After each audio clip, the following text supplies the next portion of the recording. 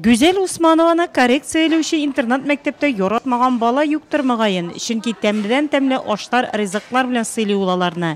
Гүзел пешекче һөнәрен яратып сайлаган, шуңа күрә дә биредә озак еллар дәвамында эшли. Пешекче буларак яңа савыт-саба белән эшләргә ярата. Без бик шатландык инде. Безнең савыт-сабаларыбыз бик җитми инде.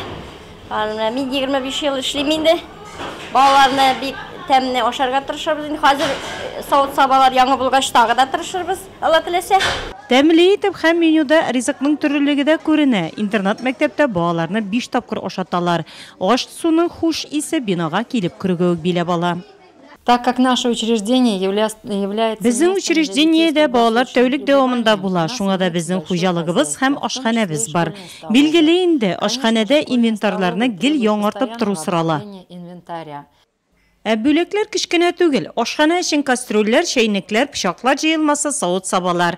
Фәрит Мифтаховның әлеге учреждениегә булышлык итүе беренче тапкыр гына түгел. Шәһәргә кайтканда, кунакка барганда, ниндидер бүләк алып барасы килә, әлбәттә. Бүгенге көндә бигрәк тә балаларны үзебезгә менә мондай якын мәктәпнең күңелен күрү, ул бер бүләк тә үзебезнең ниндидер күңелгә ятышлы эшне эшләүдә, шуңа вакытта әле ниндидер файда китерә торган менә шундый әйберләр алу безгә икеләтә шатландыра. Бүгенге көндә интернат мәктәптә 172 бала тәрбияләнә.